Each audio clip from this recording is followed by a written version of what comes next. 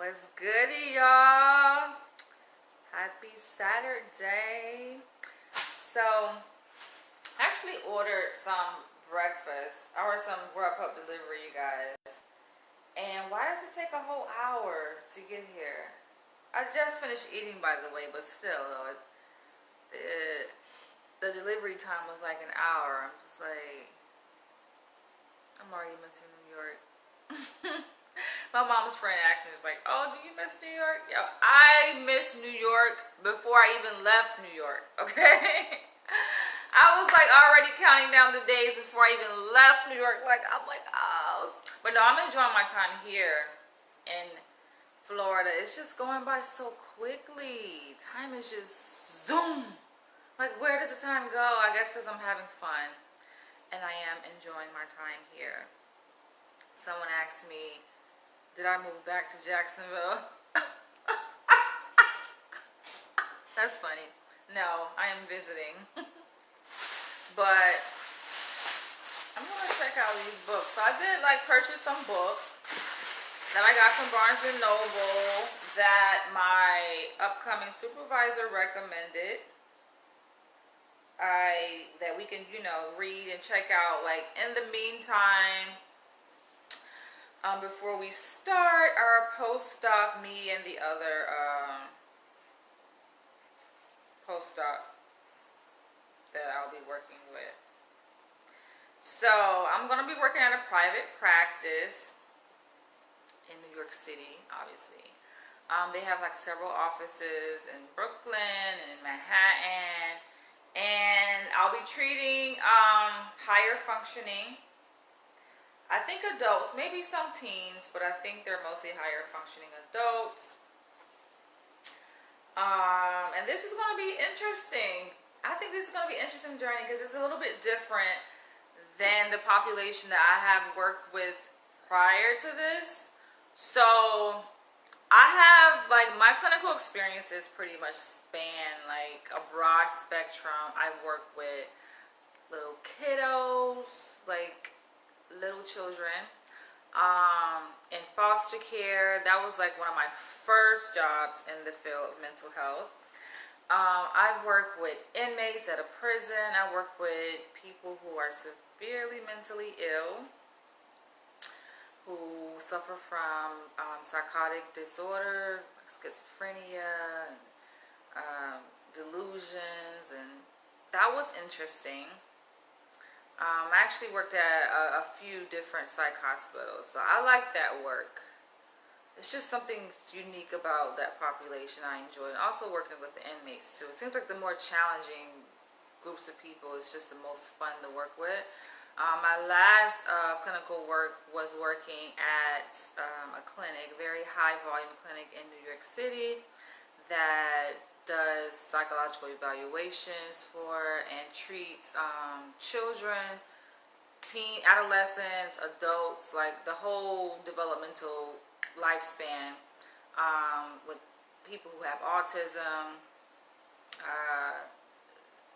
neurodevelopmental disorders, neuropsychological disorders. So my experience is pretty broad, right? And I know that they try to emphasize that you shouldn't narrow it down. You should like have a specialty, which I do have a specialty. And my specialty, my clinical and my research focus is on the Black community, particularly Black identity within African American people. So that is my clinical focus. That is my passion. But psychology is just so vast and it's very interesting. So I find myself like dibbling and dabbling in many different arenas or spheres of psychology. And now my upcoming postdoc will be working with higher functioning people who present with a variety of different clinical issues, one of which is OCD. So, what's goody, Joseph? Where are you tuning in from? So, I'm trying to think, as I think back over my clinical career and my training, I don't necessarily recall working with individuals with OCD. Granted, I've come across clients and patients who have OCD, but that wasn't necessarily the primary focus, right? That wasn't necessarily their primary diagnosis. So this is going to be interesting, and these are a few books. She recommended 3 different books. This was the first one, Freedom from Obsessive Compulsive Disorder. And I was looking at the date. I'm just like, okay, when was this book published? When was it released?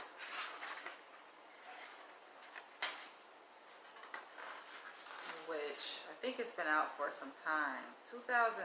It's been out a while. I think it was re-released in 2014. New Zealand. Oh, okay. So OCD, which is short for Obsessive Compulsive Disorder, it was originally, I think, classified as an anxiety disorder, and it kind of like has its own like separate standing category now, I think, within the DSM after they restructured the DSM. So I was trained initially on the DSM-4 TR, and then the DSM-5 came out, and kind of shifted the many different categories. I think OCD being one of them. But you know, it's interesting. I mean, a lot of people say, I think they kind of use the term loosely and say, oh, they have OCD. But it's a significant disorder that affects a lot of people. I think nearly, the statistics say about 1 million Americans are affected by OCD.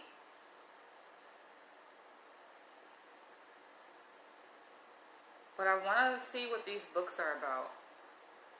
So it says, this book includes self-assessment tests to help identify specific types of OCD and help track progress, case studies from Dr. Grayson's highly successful treatment program. So this book was written by a PhD, I'm assuming a psychologist.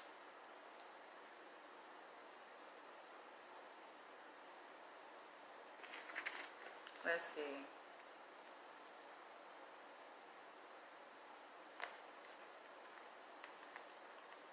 One thing I like about the practice I'll be working at is that they really do use empirically validated treatments. And I know that is like a big kind of catch-all phrase term that many clinicians, many you know, people within the profession, they claim to use, right? They, you know, it's a lot of talk about, oh, is the treatment empirically validated, and people have that on their website. But what's actually done in practice sometimes is often 2 different things, right? But from what I noticed, like when I was interviewing with them, they actually do use treatments that are effective, have been proven and shown to be effective. So I like that, right? Because that's where you see the actual change, right? As opposed to just like doing therapy and you kind of just like randomly picking things from up your sleeve that you think works for a client in their situation versus actually targeting a specific behavior that the client wants to see changed with, right? So that's the kind of person I am. Like, I'm a very concrete, very detailed, specific person. So I like that. I like that approach, like targeting very specific behaviors and working within that. Granted, when you're working with people, you're working with the whole person. So my theoretical orientation is psychodynamic, and that, I think that approach intervention is usually effective in working with people who have like childhood traumas, and that's pretty much the population I've been working with prior to this upcoming clinical experience I'm about to embark upon. So yeah, I'm looking for these assessments. Let's go to the index to see. What's good, Ricardo? anxiety disorder seems logical. Yeah, anxiety disorder is like a catch-all kind of umbrella. It's like it is a pretty broad umbrella that encompasses like many different disorders within uh, the construct of anxiety. But OCD is more specific, right? Because people do have compulsions. I think that I'm impacted by it, but I like when you're mindful of your own behavior, you can do things to offset it, right? And control it. So that's one fascinating thing about like studying psychology is that like you can diagnose and kind of treat yourself, so to speak. Um, but yeah, like checking things. I do that myself. Like, and it's crazy. It's like I think it's just like a neurological kind of gap in the brain. There's a part of the brain that doesn't like encodes that information differently. Like when you complete a task, it's almost as if like the brain forgets, like in a split second, that that task was completed. So you have to double check again. You find yourself keep checking. You have this compulsion to complete that particular task, and if you don't, it creates a high degree of anxiety, right? If you don't go and complete it, like checking locks. And some people can check the same lock, even though they've locked it, will go back and check it like over and over and over again. It's like, okay, what is missing there, right? It's like there has to be a piece within the person's neurology that is compensated. There's a deficit there because how do they not remember? Like it just slips, like it almost like there's like something wrong with the way that their brain encodes that information, that sends a signal to let them know that they've completed that task, right? Because not everyone has that issue, right? Like you can go and you lock something and you know, okay, you did it, right? And I think oftentimes it also comes from like mindless activity. Like a lot of things that we do mindlessly, so we're not really thinking about it when we're doing it. We're not really putting much thought into it. We just do it because it's a routine task that we complete. And so yeah, I think that's what happens. So I'm curious to really delve into this, to really be able to put my finger on it. I mean, of course, I've been introduced to all the different diagnoses, disorders within the DSM, but to really go a little bit deeper into understanding what exactly it is, like the etiology of it, in terms of I think like the neurological basis for it. That's what I'm more curious about and understanding, because I know it has a neurological basis to it.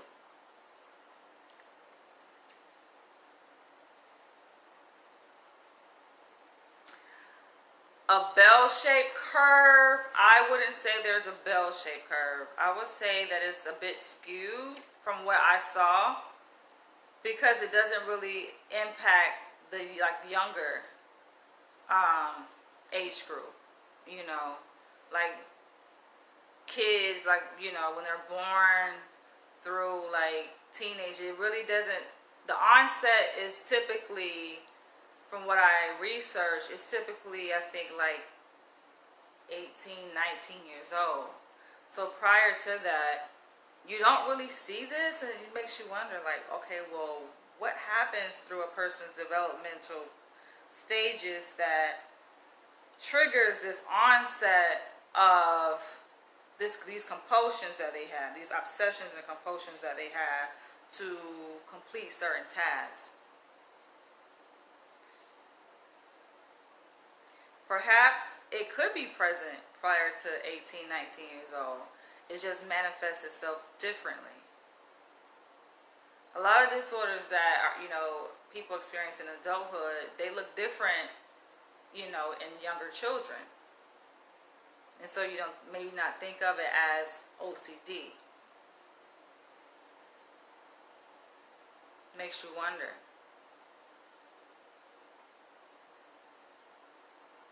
Causes of OCD, biology, and learning. Yeah, I know it has a biological basis to it.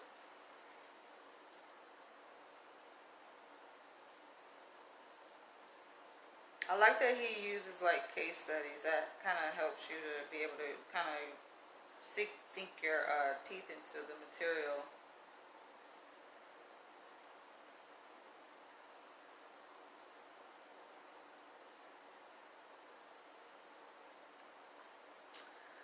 So it's trying to say that it's genetically transmitted.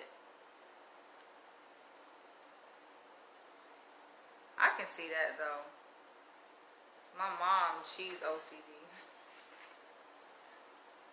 Like a lot of our behaviors are inherited from our parents. When you look at things that you do, you can see a comparison, make a comparison between what you do and what your parents do. You'll see, like, your proclivities that you have are similar to the things that your parents struggle with.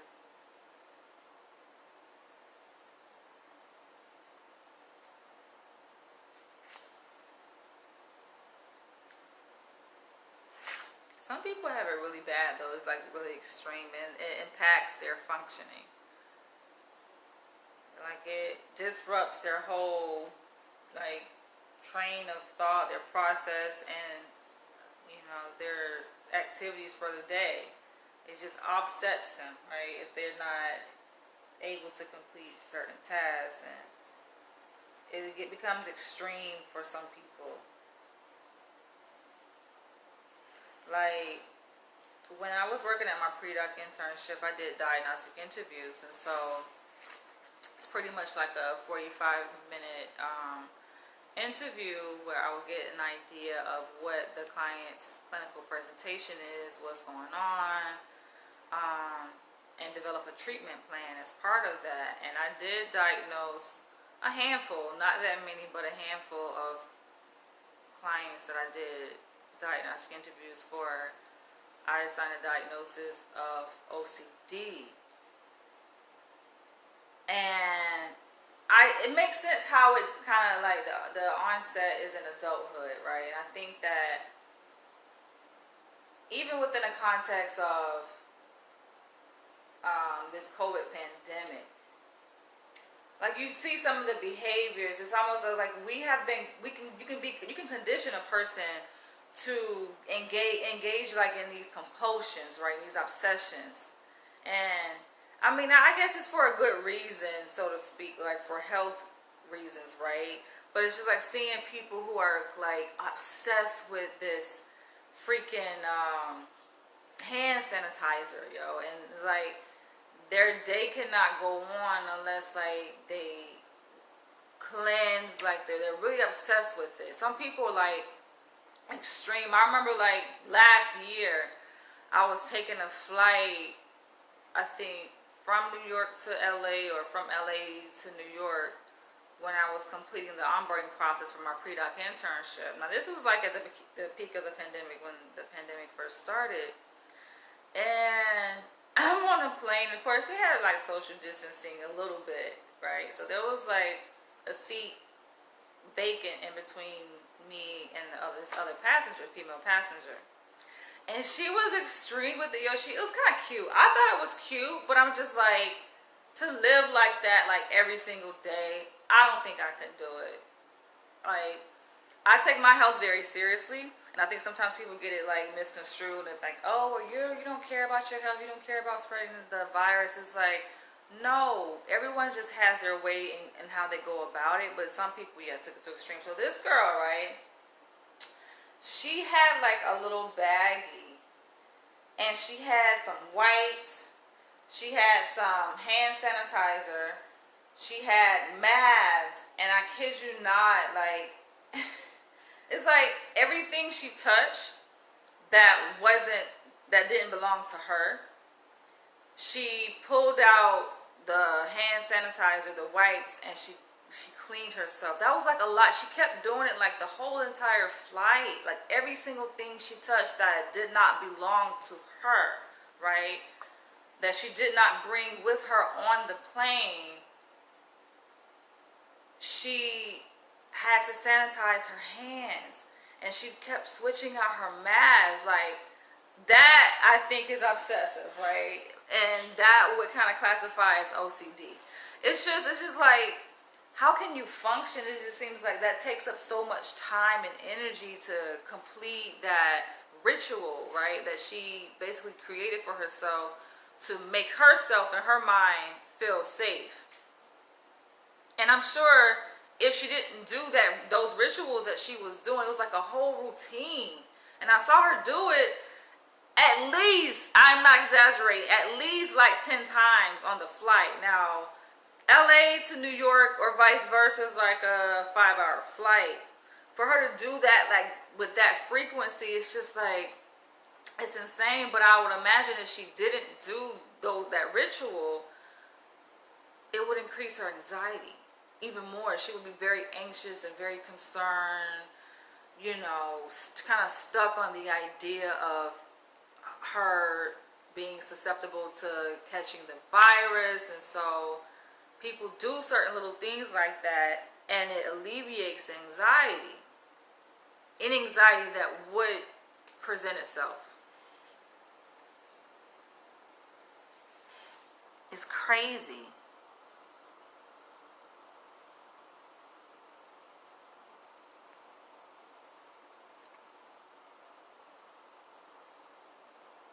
But that's an example.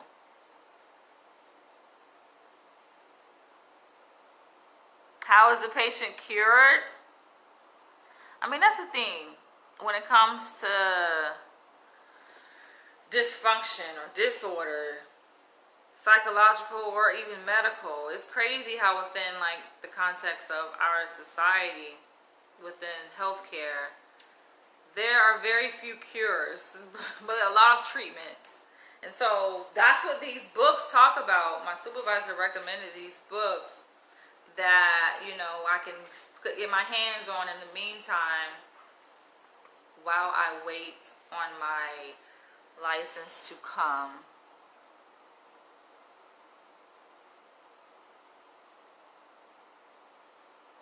Like a nervous tick? I wouldn't say it's a nervous tick necessarily. I mean, a lot of us were fearful of COVID. Not to like undermine the seriousness of it, but to see like the extent that some people have to go through to make themselves feel at ease. I was wearing a mask on the bus and at the shop, and carry alcohol and wipes to clean. Yeah. I mean, there's nothing wrong with cleaning, right? But, there is a such thing as being obsessive with it. It's like, seriously?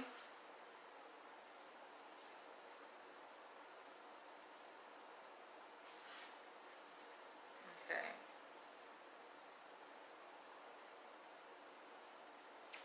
Checking, yeah. I was just talking about like the whole checking, which I catch myself doing that, right? Like, I could put my keys in my purse.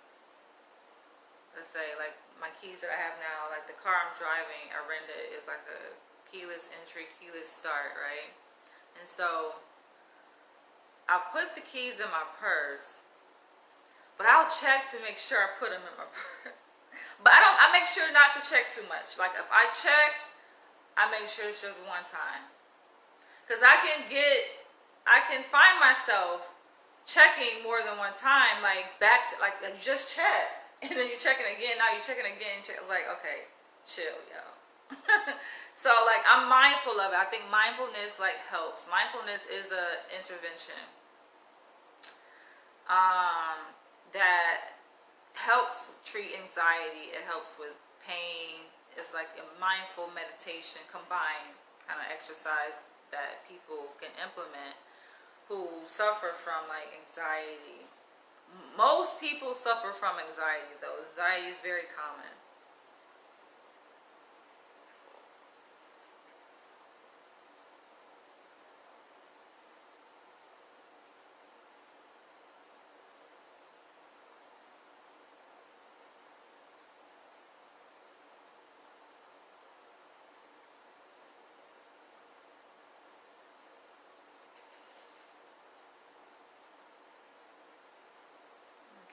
looking for, they say they have some assessments in here.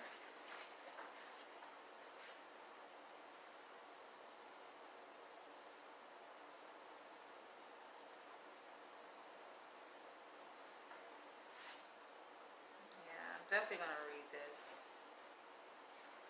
See, books have to be good for me to really read them, especially cover to cover.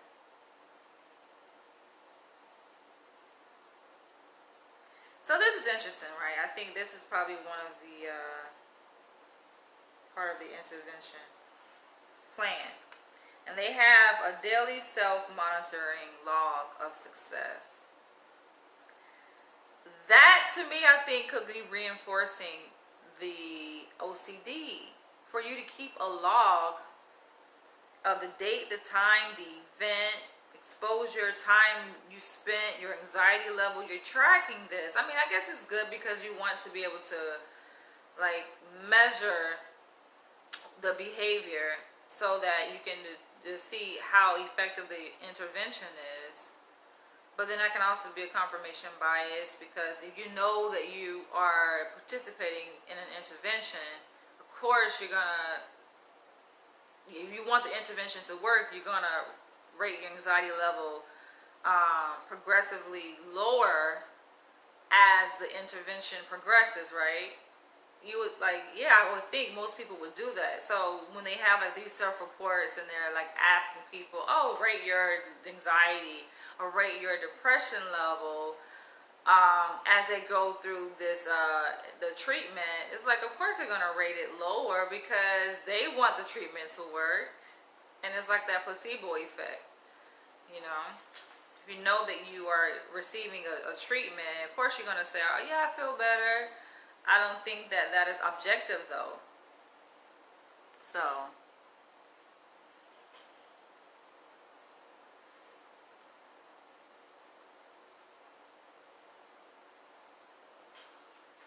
I think it becomes like OCD when it becomes like it creates like a disruption, you know, to your daily functioning.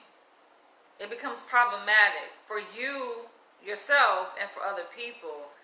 I mean, you can engage in a behavior and not really disrupt your day-to-day life, right? But if you realize, like, okay, and usually it's, I mean, if you're self-aware, you yourself will realize, okay, this doesn't feel right, but I find myself compelled to do it anyway. And you feel like you don't really have control over it. And it's creating like a feeling of dis-ease. You know, like you feel uneasy about it. It's just like, okay, that could be a problem. Or other people around you notice, like, it seems a bit odd what you're doing. Like, oh, what is going on with this person, right? Then that could be like signs to let you know something is off. But if it's not a problem, it's not a problem. Majority of people aren't affected or suffer, you know, they don't suffer from OCD. They do suffer from anxiety, though. And it makes sense because just of the type, like, of the demands, especially living in America. It's a lot like our society places a high demands on us, you know, especially with the work week schedule that we have and working 40 hours a week, and Americans have a lot to be stressed out about. Okay, I think this is the assessment. Compulsive activities checklist. They have a lot. Oh, look at this. Found it. Obsessive concerns checklist.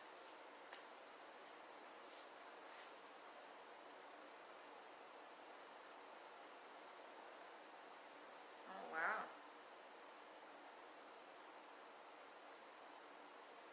So they have aggressive obsessions. One of them, you can rate it on a scale from 1 to 5. 1 being this thought does not trouble me at all. 5 being this thought troubles me continually, all waking hours. The obsession would be the thought. It's like intrusive thought, like you don't have control of it. It just kind of like comes up, it pops up in your consciousness. And one of them says, acting on impulses to rob, steal from, take advantage of, or cheat others. Another one says, rejecting, divorcing, or being unfaithful to a loved one. Ah! I didn't think of obsessions in that way. But anything could be an obsession. They have sexual obsessions. Which my next video is definitely going to be on obsession. Because even before like I even pulled out these books, I got a few emails recently. And I know they're from white men, right? And this has been happening like the past weeks now, where they want me to talk about cuckolding, which, like I said, I don't have a problem talking about cuckolding, right? But I do think it's an obsession, because I think some of these emails come from the same person. One person emailed me 5 times back to back, yo, like in one day. And they want me to talk about black men being dominant and taking on white men as their sissies. And this one guy, I'm going to it in the next video, because I'm going to read you guys the email. But I'm like, it is, you can tell it's an obsession, right? And this person is questioning, and they pretty much answer their own question. I like when people do that, right? Because people can like solve their own problems, right? They don't really need help to solve their own problems. They just want support. But people answer their own questions typically, right? And so it's like he's asking, do you think my proclivity towards these behaviors, right? Because he's talking about, I'm reading his email and he's talking about wanting his nuts squished, and I'm just like, look, that's too much, yo. But he's like, is it because like it's a natural thing that I have this desire, it's a natural desire that is innate within me? Or do you think it's because I watch too much porn? Like, yo, you know your own freaking answer. For him to even mention that he watches a lot of porn, a lot of people are obsessed with watching porn. Okay, you guys hear this noise outside. This is person, this landscape person with this blower, this leaf blower. Yeah, so the sexual obsessions they have here is sex with children, sex with animals, forbidden or perverse thoughts, images, or impulses. I have a passion like for race-related issues, right? And I remember someone saying, oh, like some people are obsessed with race. I'm like, interesting way to put that, obsessed with race. But when you think about it, it's like it's hard to deny it, right? Because if race is constantly like a thought that crosses your mind to the extent where it does impact your day-to-day functioning, right? Like in your interactions with other people, to the point where it could cause like some problems in your interactions with other people, because race is so salient in your conscious mind, then by definition it could be like an obsession, right? And I'm just like, that's interesting, looking at race as like an obsession, people being obsessed with race.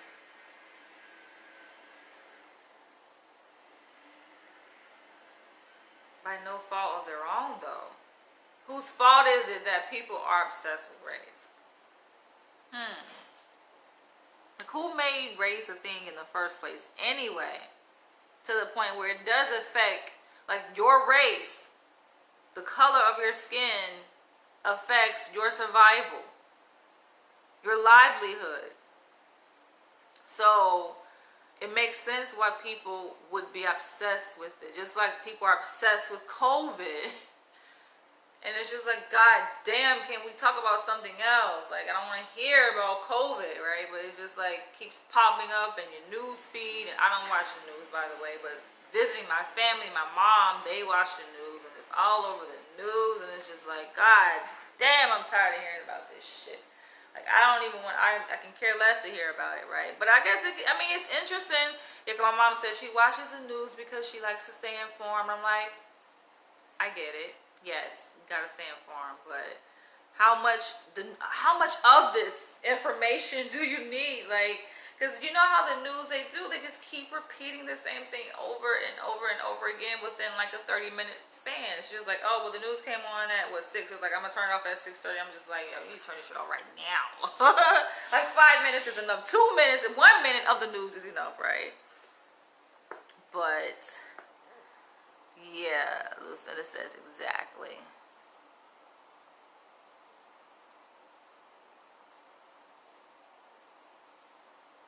You say, like, being irresistibly drawn to doing something one should not normally.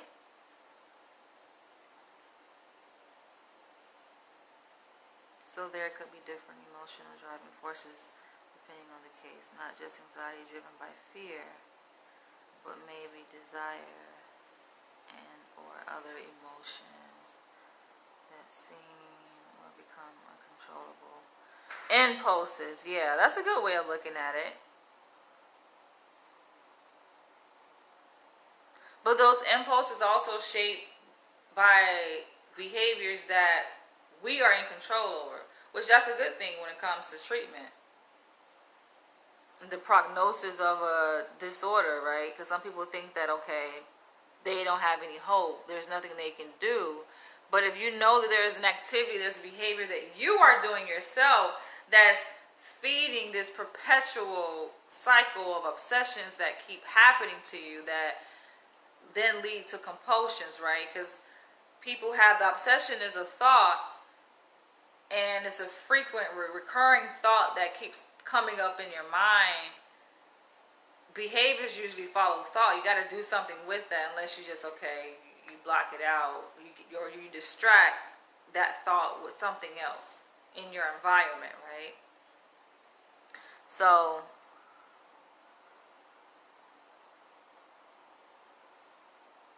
you said the news is depressing, but we have to stay informed.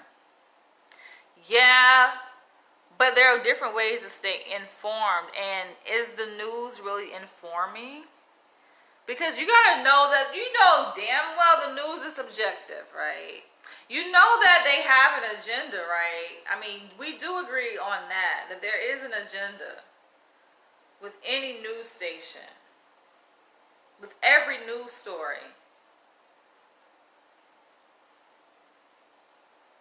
It's different ways to tell a story, right? To provide information that is non-biased. But there is an agenda. And it's how they share the information. Like, even I was watching the news with my mom yesterday, and they were talking about the number of cases, COVID cases, that are in this one particular hospital in Jacksonville, Florida. And I think they said something like, I don't know, was it 400 cases, 400 COVID cases. And they also listed the numbers of how many of those COVID cases people are in the ICU. And it was like a fifth. It was like, I think like 100 or something like that, right? Or 90. And then they indicated how many of those hospitalizations of people who were diagnosed with COVID, how many of those were not vaccinated? And it said 90%. And I'm like, I mean, they didn't say it, but they implied it, right? To say that for them to even gather data on how many of those COVID patients at the hospital were not vaccinated, like, come on. For them to even put that as part of the story, it's just like, they didn't say it, oh, go get vaccinated, but that was the point of the story. Go get vaccinated, because look, the majority of people who are at the hospital who have been diagnosed with COVID, they're not vaccinated. According to what they say, right? We don't fucking know, but that's what they say. So go figure. That was the agenda of that news story. But, I mean, everyone is going to choose, and I think it's probably, who knows, it's a toss-up. Like, I have a belief that at some point everyone is going to be forced to get the vaccine. I mean, they say if you want to participate in society, you got to get a vaccine, right? If you want to just live, you ain't even got to participate, right? Because participation meaning like, you know, going to the movies, enjoying like arts and entertainment and things like that. You can live in a society and not necessarily participate, right? In that society.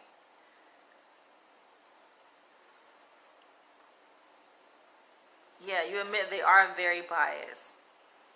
Some stories are more manipulated than others, which reveals the intention somewhat, although one would need to know enough to have a valid opinion on so many issues. It's hard to tell what the reality is.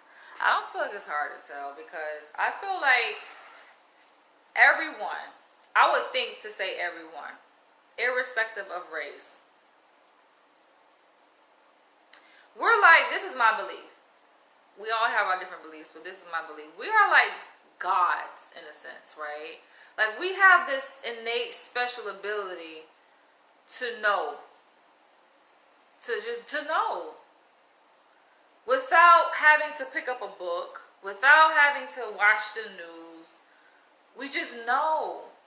I mean, when you look at the manifestation of what human beings have created, right? Like when I just look at infrastructure, look at buildings, look at like everything that your eyes can behold in your environment, right? These are all creations made by man. To me, it's mind blowing. It's just like wow. You look at medicine, technology, it's just like wow. So knowing that we are capable of creating such magnificent things, right? I feel like we possess a God power. You don't really have to, and I feel like even before a book was ever printed, like it's just some information you're just born with it, right? You're just born with that sense to know. And so if you still possess that sense, if it hasn't been diminished or swallowed up by freaking brainwashing and you're still able to think, because we're born thinkers, right? That's an innate quality. If you're still able to have agency over your thinking, then you know. To think is to know. Now, if you can't think, then how will you know? So that's just my belief. So people say, well, you never really know reality. You never really know. No, yeah, you become confused. I think you're talking about the confusion that comes about from being fed so many different information, right? You got people over here on social media saying that this is true, and then other people saying this is true, and it creates confusion. You're like, okay, well, we never really know. But no, remove yourself from all of that fucking noise and just go within your quiet space. And I do that a lot because I'm just kind of naturally an introvert. So I know, like people know, you know, I feel like you just go within yourself and unplug from all of this stuff. Just get back in tune, they say, with nature. A lot of people give that expression. Just get back in tune with nature. And what is nature? Nature is bigger than the trees, the sun, you know, what we see outside, right? When we walk outside. That's nature, but human beings, we are nature too. We're nature. Just get back in tune with yourself. Like, then you know. There's nothing outside of you that you need to know because you already have everything within you to know everything. That's just what I believe. So that makes me think about how people sometimes ask, oh, what's the last book you read? It's like a conversation starter in dating. People ask all kind of random questions like on these dating sites. Oh, what's the last book you read? And granted, listen, I always read books, right? But I don't feel like you have to read a book to know or have to read a book to be smart. I think it's just reading is like this measuring stick or indicator, like, oh, this person is informed, and you don't have to necessarily do that. That's just my belief. I've read a lot of books, right?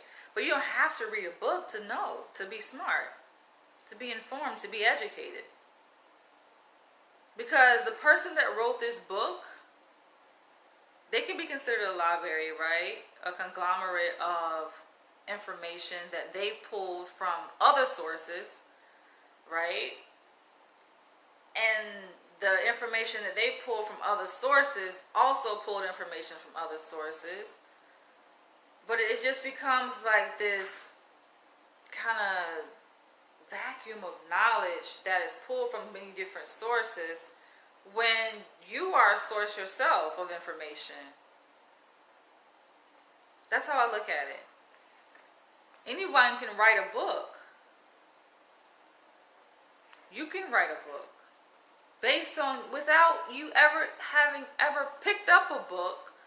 You can write a book just based on your own knowledge, what you're born with, and your own experiences in life, your own interaction with your environment, because that's how you learn. What is science? Science is observation. So you are a scientist. You don't have to go to school necessarily to be a scientist, because you have eyes. I mean, as long as you have eyes that work, you are able to sense things in your environment through your senses. You can touch, you can feel, you can taste. That's how you observe, you take in your environment. Your brain is a massive computer, right? And I don't think that like people really understand. They don't really grasp how special people are. How special you are. You just don't really know, like, your power that lies within you, right? I know we kind of got off on a tangent, but I'm just saying, though. So that's just my belief. But it's not to say I'm closed off, because I like learning, obviously. So I'm not closed off to sitting down and picking up a book or watching a documentary. In fact, I love documentaries. That's like my favorite genre of movies to watch. I like talking to people. I like listening to professors, and because it's interesting just to bounce ideas off of each other. So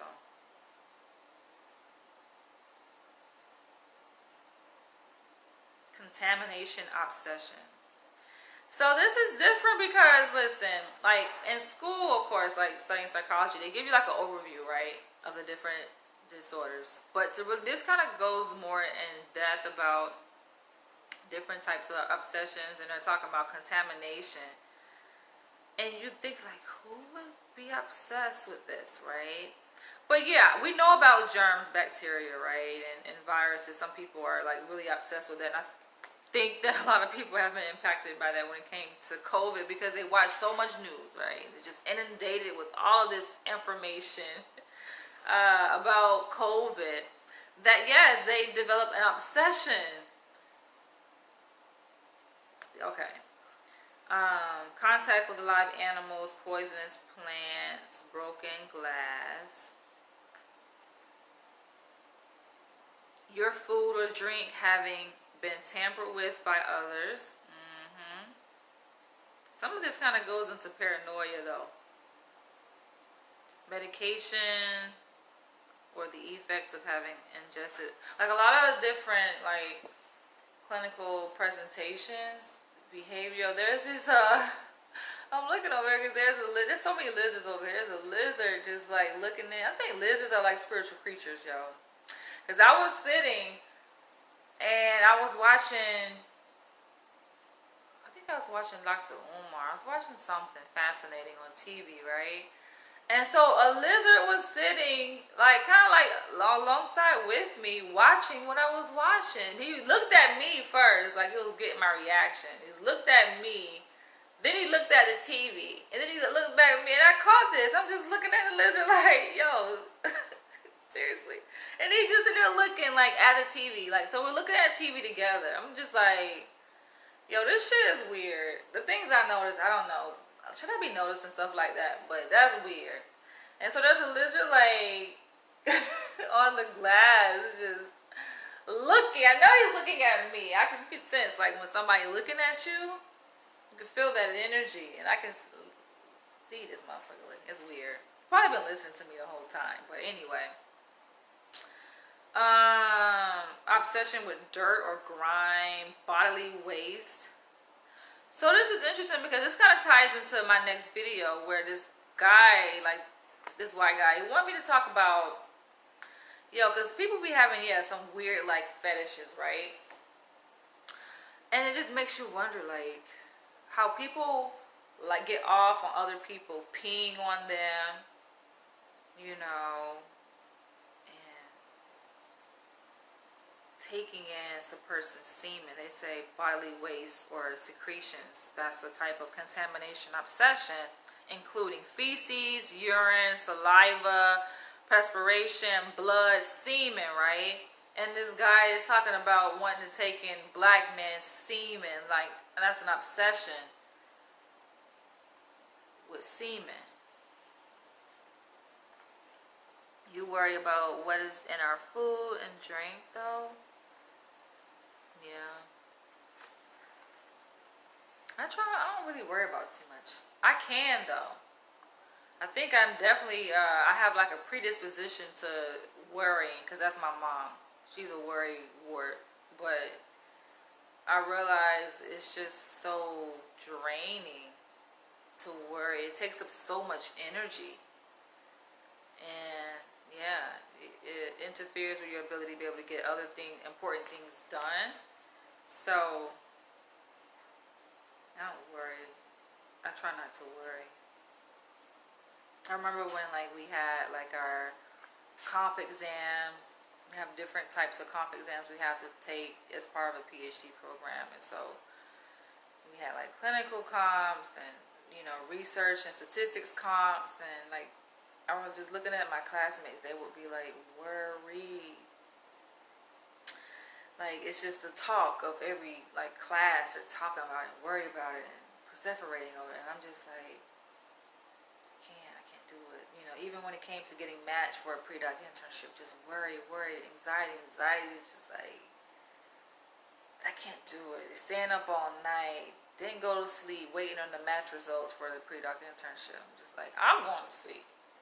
Because there comes a point, like you have to release, you have to let go, right? It's only so much you can do. Once you've done enough that you can do to create the desired outcome that you want, for whatever situation is at hand, you've done your part. So the rest is really up to the universe. Like, let go, man. Just let that shit go. That's how I look at it. When it comes to people getting sick in your family and you're worried about, they're gonna die, it's just like, you know what? That's really part of life. Death is just part of living, right? And it's not really death, it's transition. So people focus on that. They were obsessed about dying and other people dying, and let that shit go, man.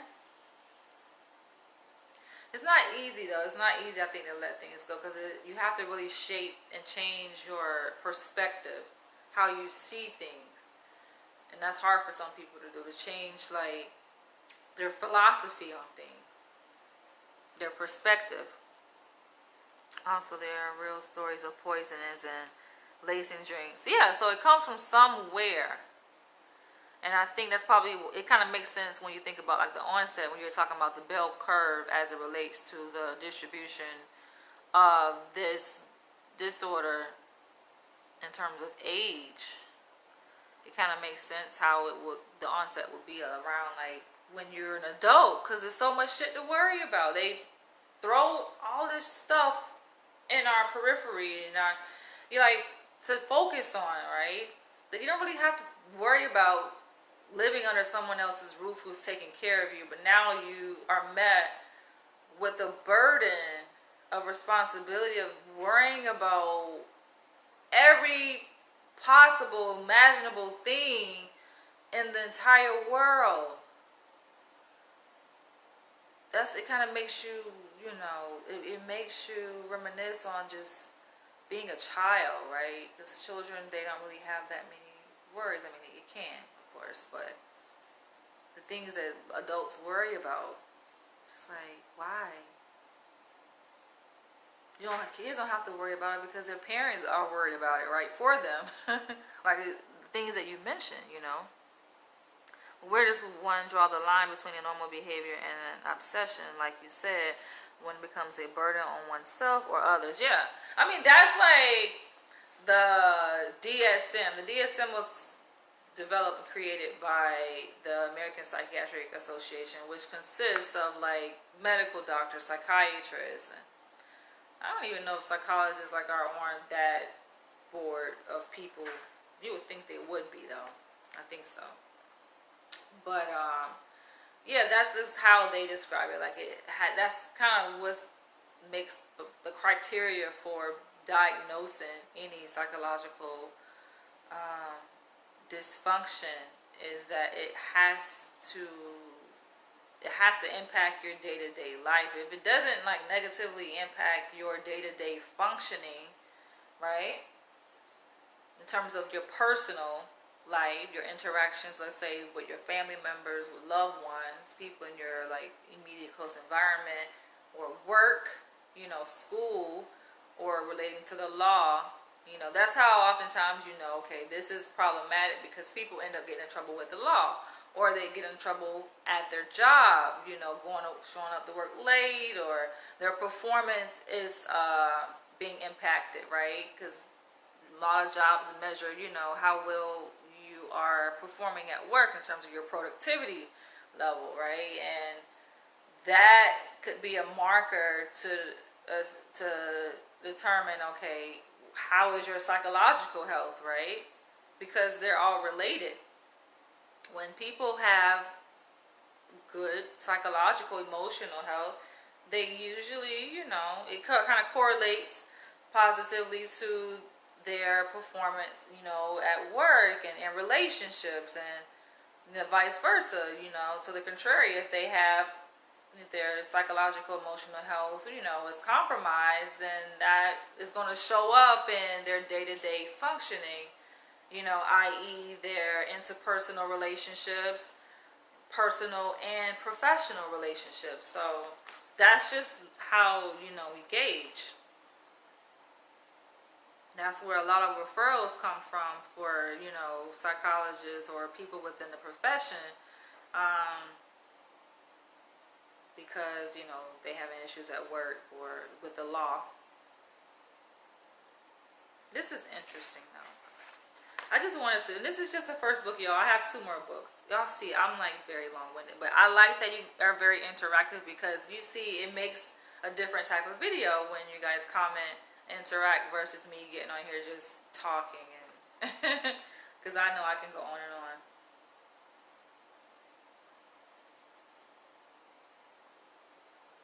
Contact with other people, contact with unclean or shabby looking people, contracting. It's all kind of contamination obsessions, y'all.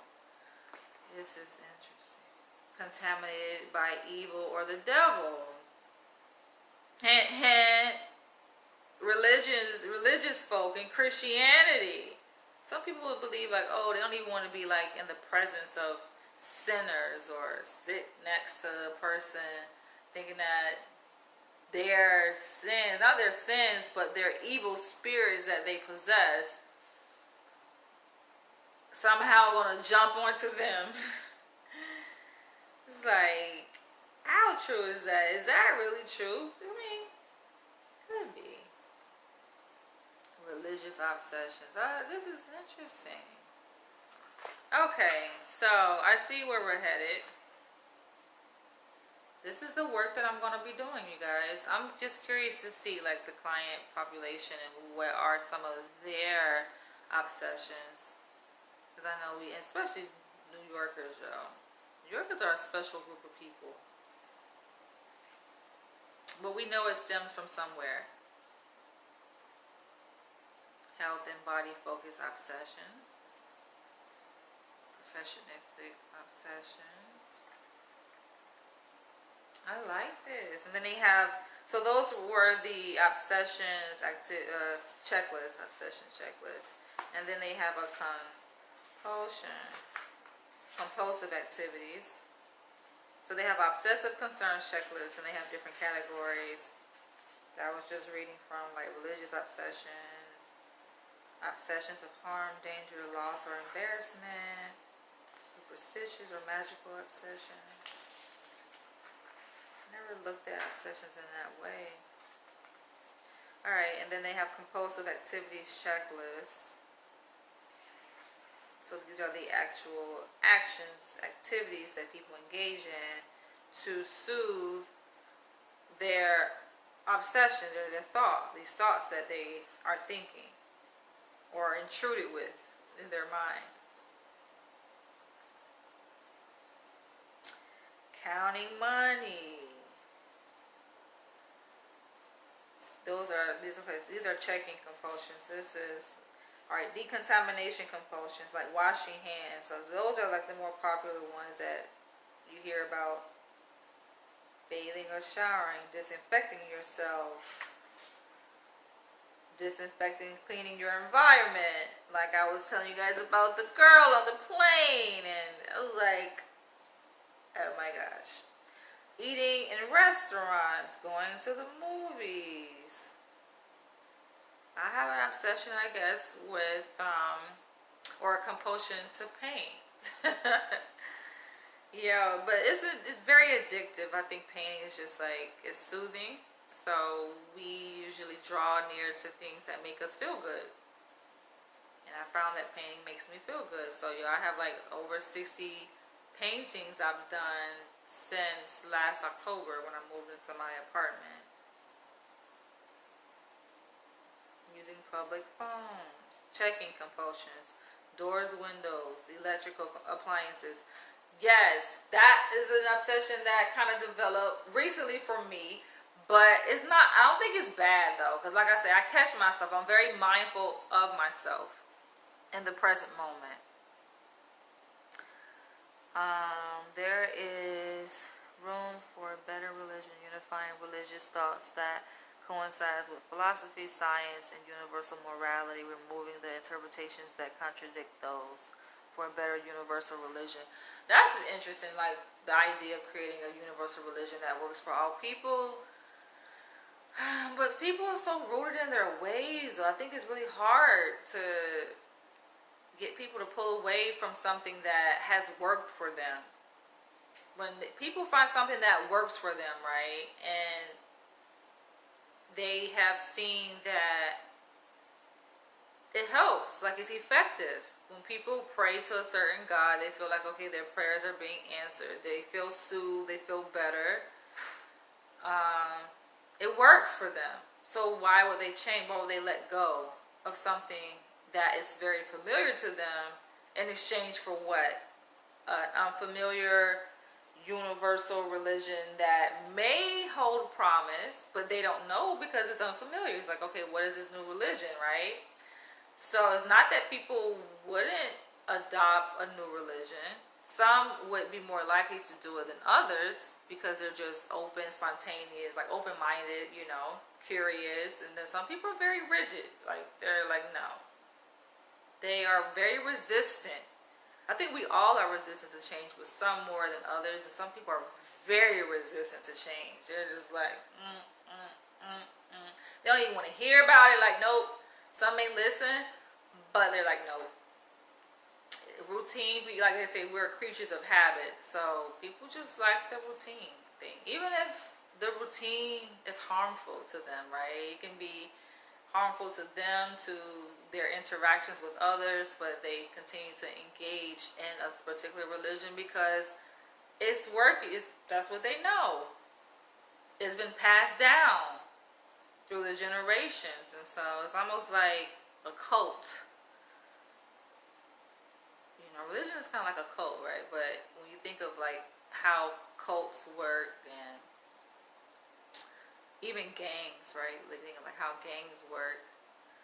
It's just what bonds people together. They're not gonna go away from what gives them a sense of inclusion, of belonging, you know.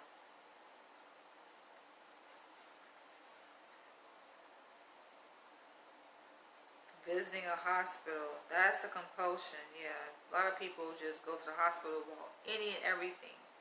Using gloves, washing clothing, washing dishes, using the toilet to urinate. Oh, yes, I was going to mention a compulsion that developed.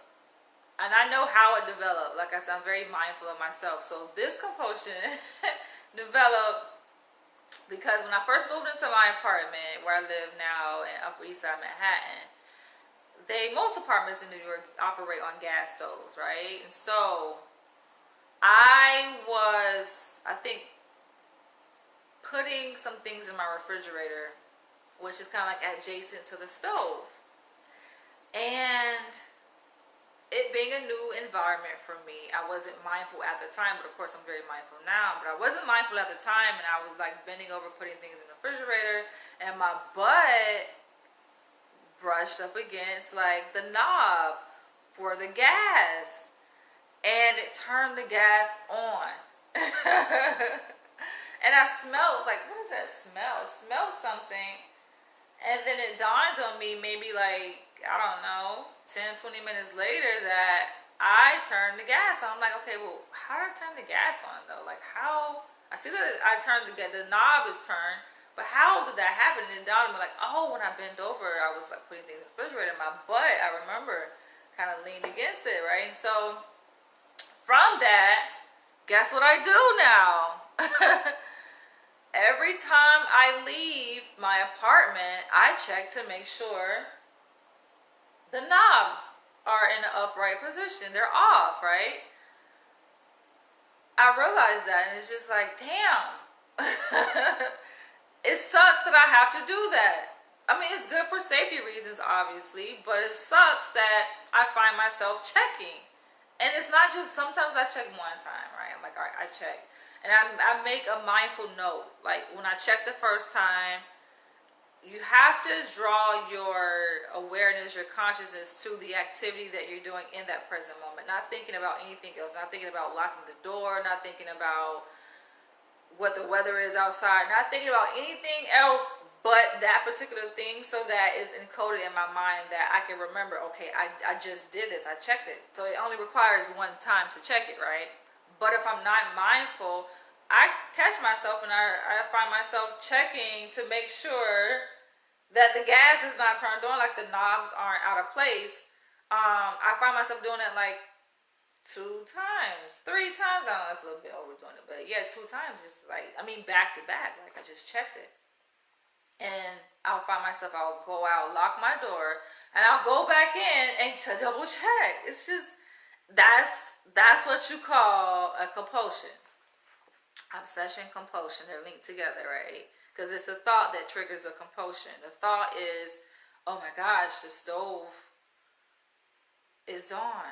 The gas is on. It's not on though. And every time, it's funny, every time I check it, it's not on. I never, but because I had that accident, and it's not really accident, it's just like I turned it on by accident, right? But because that incident happened, it was just like, I definitely don't want to be the culprit of freaking burning an entire building down in New York. So I just make sure that it's done. I check it, right?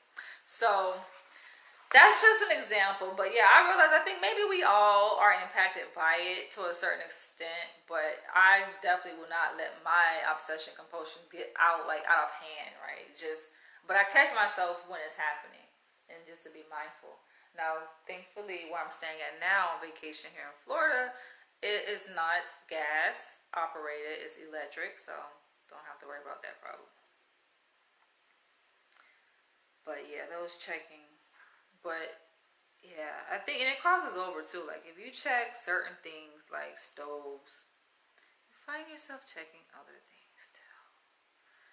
I was even telling my supervisor in my last pre-doc internship, like, yo, I'm very kind of OCD. So I find myself, like, for the evals, right? When I do evaluations, part of that is administering IQ tests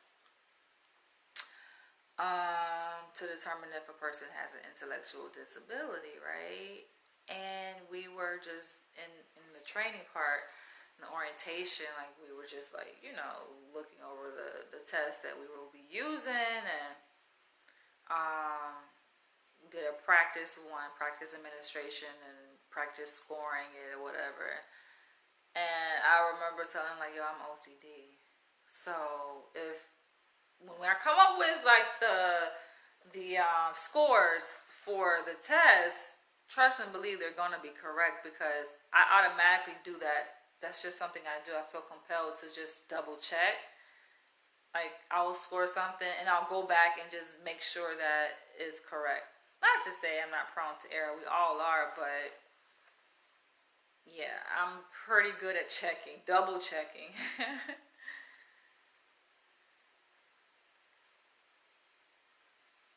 I think black people, black Americans, or African Americans, shall I say, have a compulsion or obsession compulsion, right, when it comes to race, more specifically, whether or not something was racist, right, or an act or something said was racist. Because I mean, from history, it makes sense, right, why that would be a obsession in our mind. Like, every interaction we have with a white person, if we feel that we are being treated unequally or mistreated, there is usually always a thought that crosses the black person's mind, like, okay, we being treated this way because that person is racist, when it may not even have anything to do with racism, right?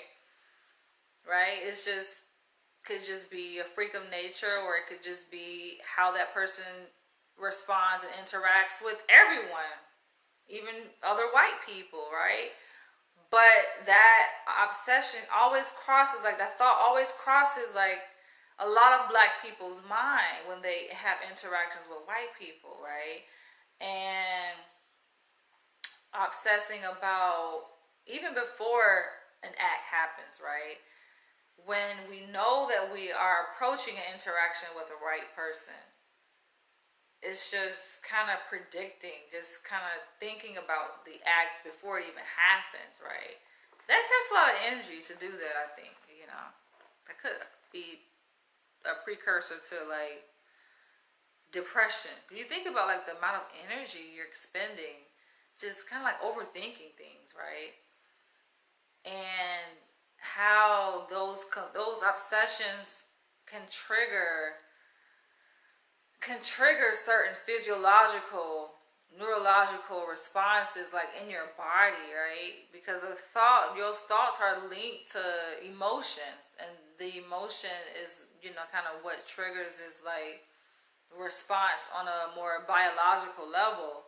And so all of it is tied in together, and that's why a lot of people who practice psychology, study psychology, really put a lot of emphasis on, like, CBT is like a big wave in our field, cognitive behavior therapy, but it's a lot of emphasis placed on the cognitive portion, your thoughts, because that's what you have control over, right? So you're not like this helpless person that has this disorder, oh, like, woe is me, nothing can be done about your problems. It's like, no, there's hope, and in fact, you can control these things that you struggle with, if you believe you can control your thinking, though. Change your thinking.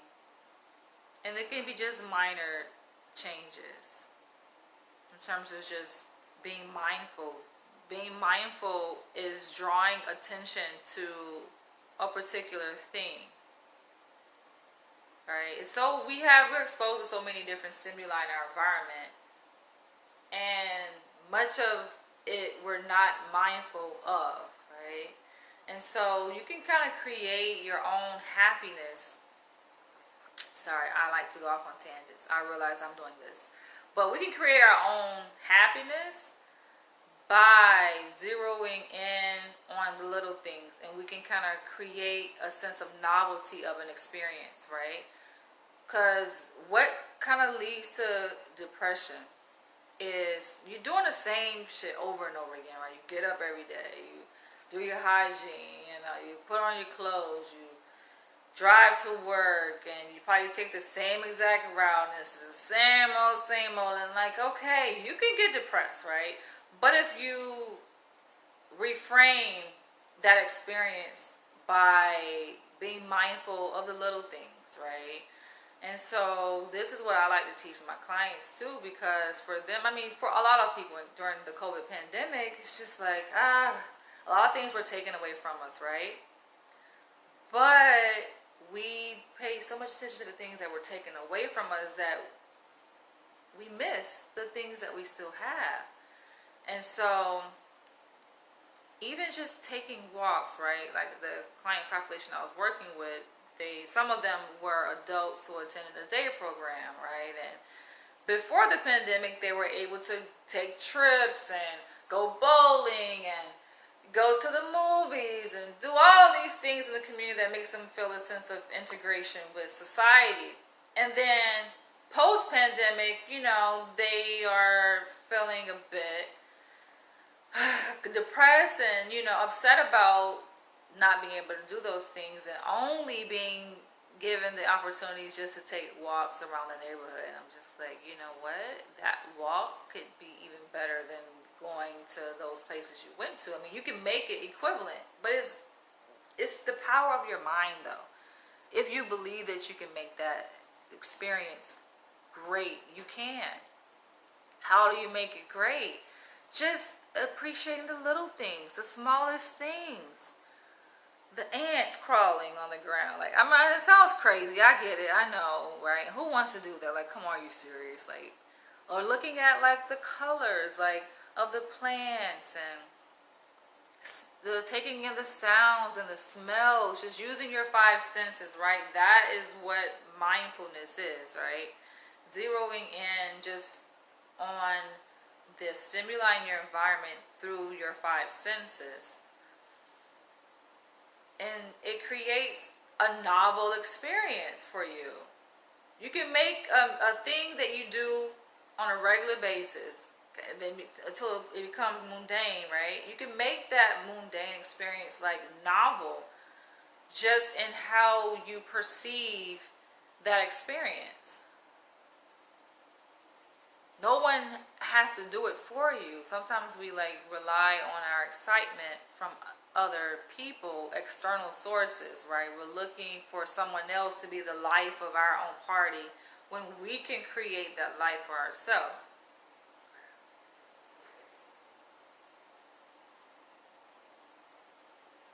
Everyone is prone to that behavior to some extent during their lifetime. You are mindful that you may perceive a prejudice as due to racism when it may not. Yeah, I guess that would change your perception too. Yeah, it affects our reality and our experience. And I think that's why there's a group of African Americans who could, very well be descendants of slaves, right? Have that in their ancestry line. But they choose to interact with their environment differently. They choose to perceive their experience differently, right? And it can come off as, they say, cooning, right? Cooning. Like you're trying to dismiss, you're trying to ignore, you're trying to pretend as if racism doesn't exist or didn't exist. Some people look at those African Americans as that, right? But you look at it from a different perspective, right? You can look at it like, okay, perhaps it's just a coping mechanism, right? Because you think about the amount of energy it takes to just be constantly worried about your color in relation to other people and how your color can impact how you're treated, how you experience anything. Just going to the store, just shopping, right? If race is salient to a person, right, and let's say a black person, they're, let's say, standing in line at a store, if it's very salient, which it is for a lot of black people, they're constantly thinking about race. like they make it like at the forefront of their mind, consciously and subconsciously. And so they can be in line and notice the little subtle things that are happening that no one else probably is noticing if you're not black. But the little subtle things. And I've done it because I'm black, right? Of course, race is salient for me because it's my experience. And it's not made up. It's what we have lived through, what we have experienced, right? So, for example, a more recent example is even something as simple as a greeting. Just noticing how you're treated in line, how the cashier will not make eye contact with you, right? And these are subtle things, subconscious level, meaning you're not aware of it, right? The cashier is not aware that they're doing it, but you are aware because you brought it to your conscious mind that this is happening. And so they don't make eye contact with you. They don't greet you, like say, hello, how are you, right? But then you can watch, if you hang around a little bit, or if you notice there's a white person who was in line before you, you notice that how they're treated, right? And these are small things, but small things are major. And you notice that the cashier made eye contact with that white person in front of you when they went to the register. Not only that, the tone of their voice. Oh, hi, how are you? How are you doing? And you notice that, right? And then your turn comes and you go, there's no eye contact. They don't look at you. The tone, they don't even really say anything to you. They don't even say hello. They just start ringing up your items, right? So those things, now one can say, oh, well, maybe, I don't know, maybe they like the way the person dressed on a subconscious level, and that's what triggered that type of interaction, right? Maybe it wasn't the race. Maybe it was just they resonate with their gender. They could have been the same gender. So that's what accounts for the difference in interaction, right? Yeah, you can say that, but that's not how a black person's mind, where race is salient, that's not how they would interpret that experience. And so from that experience and from the interpretation, it impacts their emotional health, right? It impacts how they feel on the emotional level, their psychological health. And then they internalize that as, oh, well, maybe that person is better. Maybe that person is more important or more valued than me, right? And so that's just one experience, right? That's just one day, 5-minute experience. But just imagine living in this skin and having multiple experiences like that on a day-to-day basis. Then it just kind of becomes a part of who you are, your identity, your perception of the world. And so that's my dissertation is on that, right? On black identity, implicit racial bias, and enculturation in African American people, and children, preschool children, and their parents. And so I just find it interesting. It's like a hot, sexy topic, because it attracts people's attention. Some people are over it. They're tired of hearing about race, talking about race. I get it. I get tired of it sometimes because it's draining. There are other more exciting, fun things to talk about. So we really create a great part of our reality with our interpretations and misinterpretations of our experiences. You got it. That's a hallmark of CBT, cognitive behavioral therapy, which is it's very prominent. A lot of psychologists use it. You can ask any psychologist about CBT and they will know what exactly it is, CBT. Same thing with psychotherapists too, like master's level psychotherapists.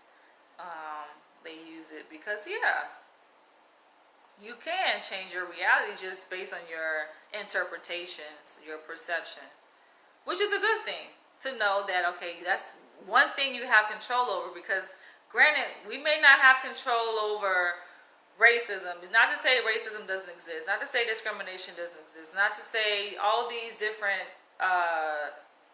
things in our social environment don't exist, but you can change your interpretation of it and how you respond to it, right? So that's how you navigate.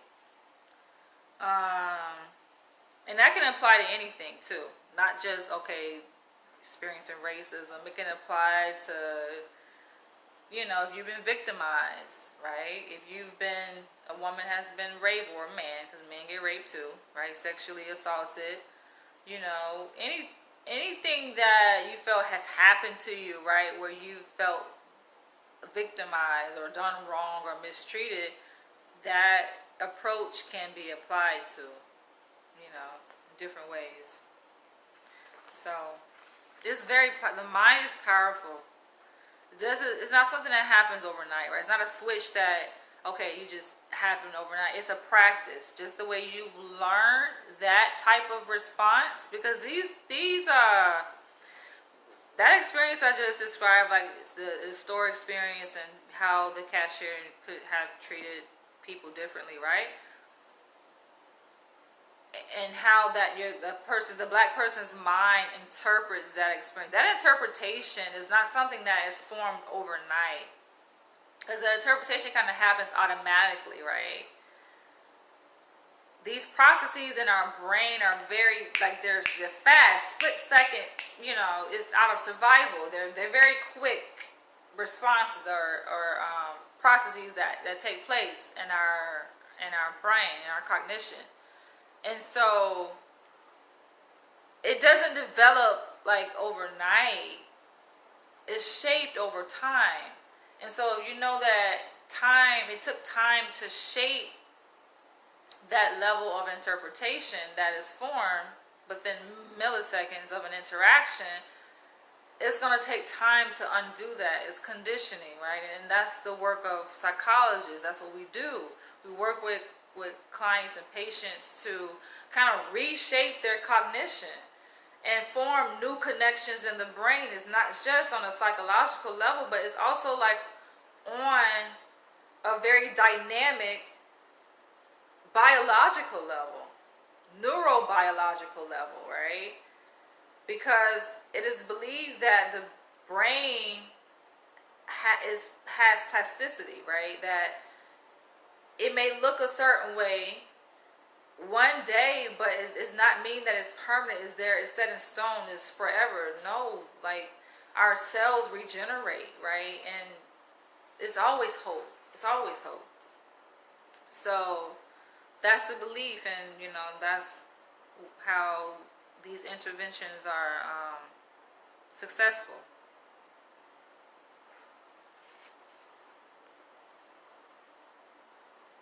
I'm glad that you're interested in this.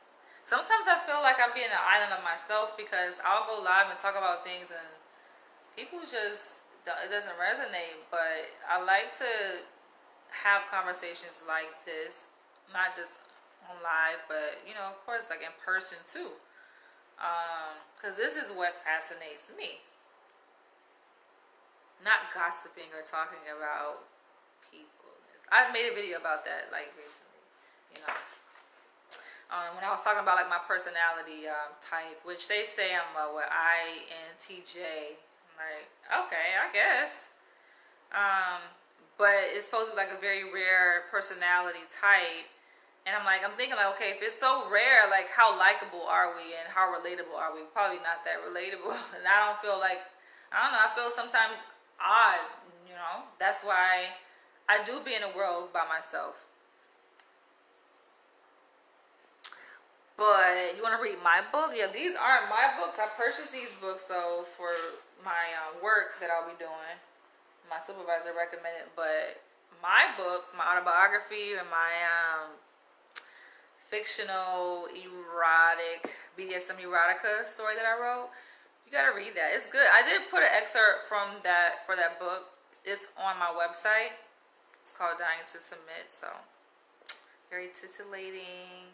I read it the other day because of my friend who motivated me to take that MBTI test. He was asking me what my personality type was, and he had come across, I guess, my website. We're talking about like BDSM and my like motivation to going into BDSM. It made me want to go back and read my own story, and I read it, and I was just like, damn, I got turned on from reading my own story. I'm like, oh my gosh. Words are powerful though. The same way, like when you read a book, like a fictional story, and you're taken into a different world that is not your own. That's just how, like, yeah, that's just how it works. It's your perception. It's just the power of the mind.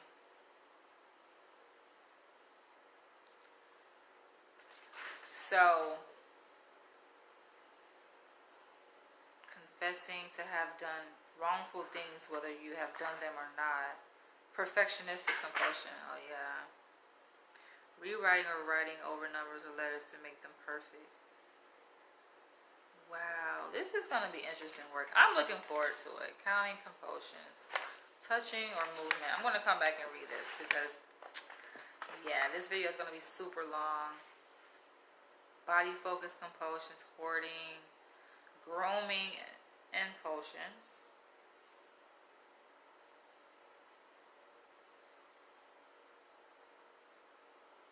Picking or squeezing pimples or blemishes. Ew. Skin picking, biting, nail biting. Alright, so this seems like a really good book. I'm glad that you recommended this. Freedom from OCD. So that's that one. It's another one I got. The Happiness Trap. How to stop struggling and start living. Techniques presented in The Happiness Trap will help readers to reduce stress and worry, handle painful feelings and thoughts more effectively. Break self-defeating habits, overcome insecurity and self-doubt, create a rich, full, and meaningful life.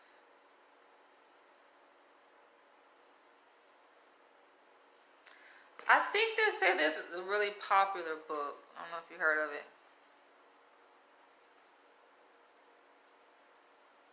Yeah, so you know what? Before I left New York, my goal when coming on vacation here to Florida, one of my goals was to finish my autobiography and to finish packaging my Dying to Submit BDSM Erotica book, right? I didn't either. Like spending time with my family, I just been pretty much spending time with my family, and that took up majority of my time. Time is going by so fast, so I don't think I have the ability to focus necessarily. Like my mind isn't in that place to finish like writing my autobiography and finish the other book. But I have plenty of time to do that when I get back to New York, because I don't start my postdoc probably for another month, so I'll still be on vacation. Have plenty of free time, so I did tell myself that I am going to go to Barnes & Noble, go to the library, and finish my book. Finish writing my books. So, yeah, I gotta get the demand back up. I gotta get the excitement back up for both of those books, because I wrote Dying to Submit in 2014. We're in 2021. So when I wrote it and when I was like publishing excerpts, people were excited. You guys can go look at the blog post that I was making where I was posting the excerpts on my website at danielleleach.com, and in the comments, like, people were like enthused, right? And they say in terms of marketing, right, and sales, that's where you kind of like want to bank on that excitement, right, and just go ahead and keep riding that wave. But I kind of let the wave die down, right? And so it's just a matter of building that anticipation back up in readers' mind, you know. And once I do that, then I'll release it. And then as far as my autobiography, which is that's a different kind of book right there. My autobiography called American Dreamer is kind of political. So I've been kind of strategic about how I'm going to rewrite that book, because I wrote that book initially back in 2009, was going to release it in 2010, decided to hold off on it for political reasons. And so yeah, I'm going to come back with that one and build up the anticipation. My autobiography does have like 2 fan pages on Facebook. One called Like This Page to receive a free copy of American Dreamer, and the other one is just called American Dreamer by Danielle Leach. So just type in American Dreamer and my name, and those fan pages should pop up. The like page where it says like this page to receive a free copy, I am going to keep my promise to give a free copy to every single person who likes a page, because they're going to be the advanced copies of the book to kind of get the talk going, to stimulate the discussion, and then release the book. I want to do it as an independent release. I just think it's better that way. Full control over every aspect of the book, from the content to how it's marketed, to the packaging, to the sales and the profits. Full control when you're independent versus going through a publishing company. If I can keep my creative control, I probably would go through a publishing company, because it has its perks with the distribution channels that they already have set up, and going through a publishing company. But I have to maintain full creative control, so they can't be sitting here making suggestions or edits on how I write things and my message that I'm putting out in that book, because I'm very particular about how I want that book to read, and what I want to say with that book. But it's coming. I have more time now. Just over the past 5 years, I've just been focused with finishing my PhD. Now that that's done, I got time. So yeah, I'm feeling it. Oh yeah, the happiness trap. So this is also recommended. She said this is like one of the popular best-selling books. It says it sold over 500,000 copies, and it's written, it's also written by a PhD, but it's a different person. This is written by Stephen Hayes, 2007, 2008.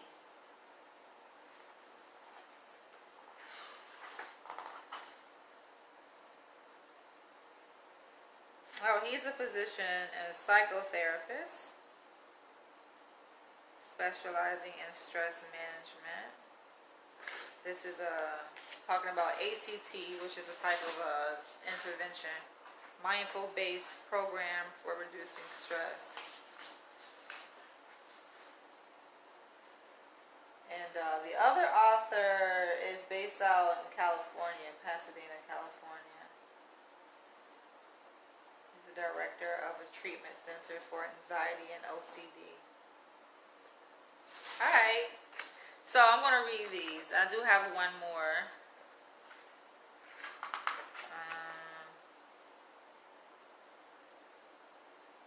Yeah, ACT is pretty interesting. Like that theory, ACT.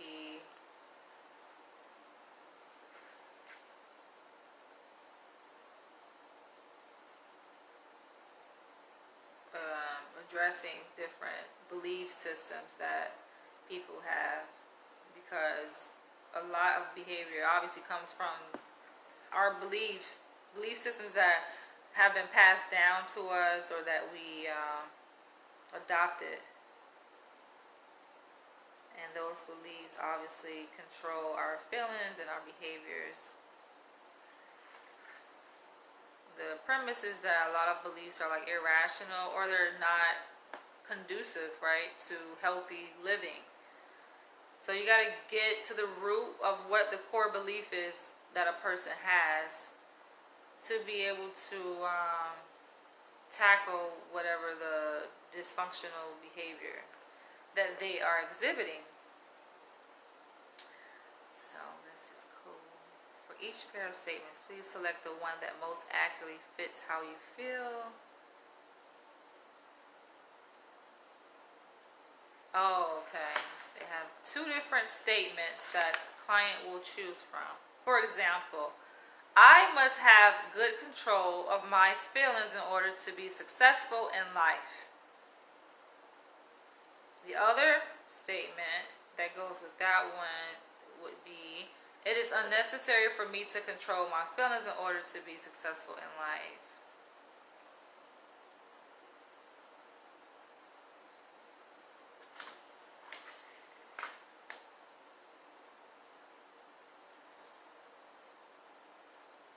Negative thoughts and feelings issues first to a whole range of painful feelings and painful thoughts. For each pair of statements, please select to choose the answer absolute 100% truth all the time. Just pick the answer which seems to be more representative of your general attitude. I think most people, especially people who struggle with anxiety, I mean, obviously, anxiety comes from a lot of things, and the idea with ACT or CBT is that it's linked to like your thoughts, rational thoughts. And so, to say that you must have good control of your feelings in order to be successful in life, one, you would think that, right? Or it's unnecessary. It's like one extreme or the other. Another one is anxiety is bad, or anxiety is neither good nor bad. It is merely an uncomfortable feeling to be. The funny thing though about like having training in psychology is like it's a lot of confirmation bias. You already know like what the right answer is, so it's kind of sometimes hard to fill out self report like questionnaires because it's a lot of faking good. You know how to fake good as a psychologist, right? Because you know like what the desired answer is, which I think most people do either way, whether you have training in psychology or not. But anxiety is neither good nor bad. Yeah. It's interesting. Vicious cycles. This book doesn't seem near as interesting as the first one, but we'll go with it. We'll see. What is success in life?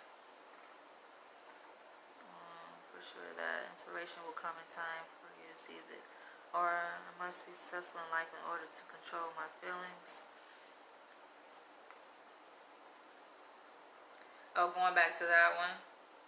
Yeah, so the idea is that you can reframe your beliefs, right? You take a person's beliefs, you see like what are their core beliefs, right? We all have core beliefs, things that we hold true to, that kind of direct the course of our lives. And you kind of you take the belief, you break it down, you kind of analyze it to really weigh out how accurate it really is. Because a lot of things that we believe, think when you really analyze and break it down, it really doesn't apply. It doesn't make sense, right? Maybe it made sense at some point in human life, but it really doesn't make sense, and it's not conducive, right? It's not beneficial to your current functioning where you are at in life. It's not useful. That belief is not serving you, right? You know? And like, for example, one more relatable type of belief is a lot of women, right, believe that what? All men are dogs. All men cheat, or men ain't shit, you know? That's a belief. That's a very strong belief that a lot of women have, and it really drives their interactions with the quality of the interaction with men. It sets the course, right, for their relationships and everything. And so having that kind of belief, and of course men, y'all have y'all beliefs too about women, but you really have to break down that belief and question like the validity of it, right, to see, you know, because sometimes we've been tainted by our own personal experiences or the media, what we've seen and what we've observed in other people's relationships. And you really have to challenge those beliefs that you have to see how accurate, how true they really are. And when you put it through the test, you'll see that it doesn't really hold weight. You know, you really can't back up, can't really substantiate that belief. It doesn't stand trial, you know. Then success will come easier to some than others. And some are privileged by race, wealth, etc. Yeah, absolutely true. Right. So that's a good question. I guess I must have good control of my feelings in order to be successful in life. I mean, you would think, right? If you think that having control of your feelings is greatly linked to your ability to succeed in life, it can be problematic for people who don't have control over their feelings, right? You lose control. Their feelings drive everything, right? And they usually make like emotional decisions. When you're making a really important decision, right, about your life, the course direction that you should take, and you're making it under like quick emotion, and then you end up regretting it later, right? That is not a good thing. I think a lot of mental health problems are due to circumstances, malnutrition, environmental stress. Oh yeah, absolutely. Being around racist people or other types of discrimination. Yeah, the health of the society and one's own life. You nailed it. That's exactly what. Um, that's exactly kind of how mental health disorders, distress is formulated. The environment plays a major role. Looking at like external sources for mental distress, that will be looking at it from a different lens, right? Like environmental lens that will contribute to that. There's different lenses that you can look at to study behavior, to answer the question as to how or why a behavior exists. And that's what psychologists do, looking at it from like a sociological lens, thinking about what is happening within the context of that person's society, the society that they live in, right? And the society is made up of many different layers.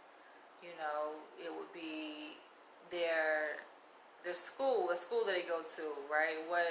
Where they work, the religion that they believe, that they've been brought up in, media, and the laws that shape and govern the society in which they live in. So I think that's a very astute way of trying to understand behavior, because some people zero in, right? When you zero in on a person's life, you only see that individual and you don't see the context for which that individual lives in. And so sometimes you can make a misjudgment about that person's behavior by only looking at the individual. And a lot of people do that. A lot of professions kind of take that approach, especially within criminology and the criminal justice system. They hold every individual accountable for their own behavior, right? Criminology, the way that the criminal justice system operates, is based on choice theory. Choice theory says we all are responsible for the choices that we make. It doesn't matter if you grew up poor or you grew up during the civil rights period, during segregation, discrimination. It doesn't matter all of these external circumstances that you grew up in. What matters is everyone has a choice. Choice theory, call it. Everyone has a choice on their behavior. And you chose to go out there and rob that bank, because there are other poor people who don't choose to go out and rob banks, but you chose to do that. Now, when you sit in your cell, you can figure out why you chose to do that, right? And what motivated you to choose to do that. But that's just how that's how the criminal justice system looks at it. And that's how the cookie crumbles. And a lot of psychologists kind of look at it that way, especially psychologists who embrace CBT, right? Because it just kind of, they zero down to the individual and look at the thoughts within the individual. That individual's developmental history isn't really emphasized as much for psychologists who hone in on CBT, as opposed to like the Freudian type psychologists. They kind of put a lot of stock in that person's developmental history, like what were the first 5 years of that child's life like, right? What was the attachment like? You know, I'm more of like I mean, granted, like my minor in undergrad was sociology, but just like, I think my own awareness of what's happening in the world, I like to look at people from many different perspectives and not just look at, okay, yes, the person, because it can be empowering to say, all right, you have a choice and you chose that. That can be a form of empowerment, right? To know that we all have agency over our own actions. But it can be dismissing too, not to take into context a person's environment and their circumstances that they have been succumbed to, you know, out of no fault of their own necessarily, right? They were born into it. They didn't create racism. They're just kind of born into it, right? So I take those things into account when I am conceptualizing a client. That's just my approach. And clients respond better to that, I think, when they know that the person helping them, the person seeing them, sees them for who they are in a certain context that they grew up in. Because you take into account different factors. You're not just looking at them, yes, as a person who has agency over their own life, but you connect the dots, right? Which the client may be aware of those dots that need to be connected. Oftentimes they are, and you'll bring those things into the session to talk about how they see the world. But it's important that, you know, you as a helping professional, you see the client through the lens in which they kind of see themselves too. You have to relate to them first before you can bring about any kind of change. You have to see their world through their lens, whether it's right or wrong, so to speak. It's not really right or wrong. It's how they see the world. It's how they see the world. It's not a right or wrong to it. That's how they see it. And so you gotta step outside of your shoes and step in their shoes and see the world through the lens that they see the world through. That's how you build rapport. That's how you relate to them. And then once you see the world through their lens, you can begin to speak their language, right? You're not speaking a different language. You're speaking their language. You know, and you're walking with them. And that's important. According to Carl Rogers, that's important for a person to feel seen and understood. That is a big important factor to their process of, my phone is dying, but that's a big important factor to their process in getting healed, right? To getting healed. Hold on, let me see. Y'all know I can talk, and we have been going for 2 hours. You let me go for 2 hours. Choice theory. Oh my gosh, I didn't know there was a term for that. Yeah, I also studied criminology too in my studies, so that's how I learned about choice theory. But oh yeah, that is what struck me. I find people are more prone to a certain behavior by need, not choice necessarily. Yeah, it's out of survival, right?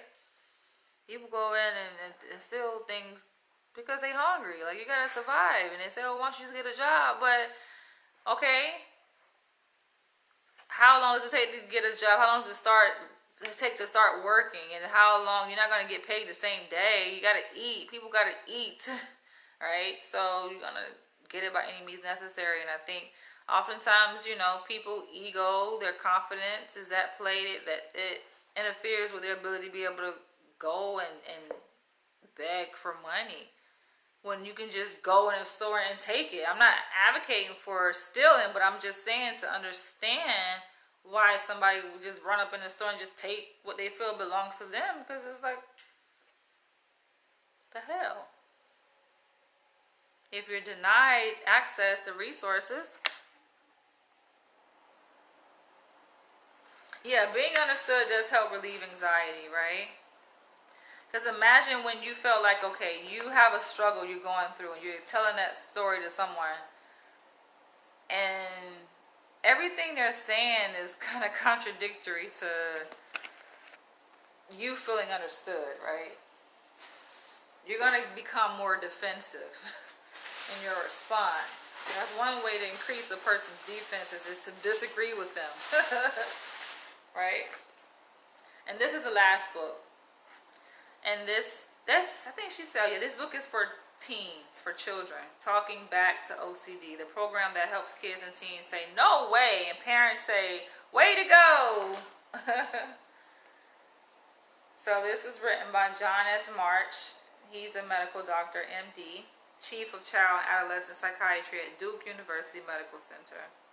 This should be a good one. Alright, maybe I'll come back when I have more time. And they like to think about, like, CBT practitioners. They love to use these, like, tracking tools, right? And take notes and things. They love tracking behavior. The way to measure, you know, behavior. The thought is like, okay, you can measure it, you can change it. If it's measurable, you can change it.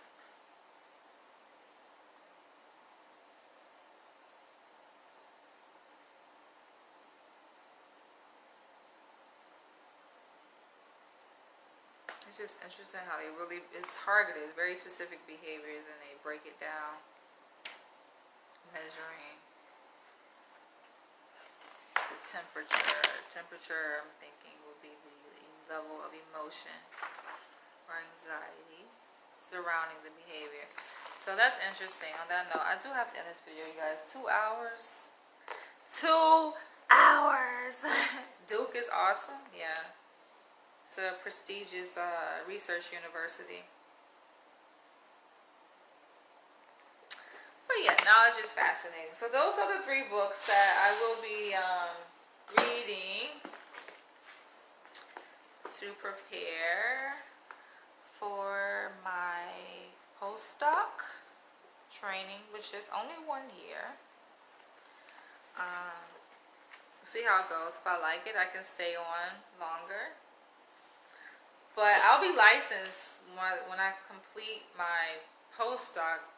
That's preparing me for full licensure as a psychologist. Before I start my postdoc, I am awaiting my license. It's like a limited permit that they give, you know, psychologists to practice under the license of someone else, right? So I'll be still working under someone else's license for 1 year, for more year, and then be licensed. But I enjoyed this conversation. I'm glad that you are interested in the same thing I'm interested in. So I feel like Facebook is like making improvements to show my videos and alert my subscribers when I'm live based on the content that I'm making. If they're interested in it, then they'll let people know. But I feel like they have shadow banned me because I definitely used to get a lot more interaction. But I also realize it's also based on what I'm talking about too. Well, people don't really care about this kind of stuff if it's not relatable to them. But it's good that you found pleasure in it. I appreciate you for interacting with me. And feel free to share this video with anyone that you think it may help. I just created the video because I like sharing parts of my life, not all my life, but parts of my life. So it's good that you enjoyed it. and I'll catch you guys in the next one.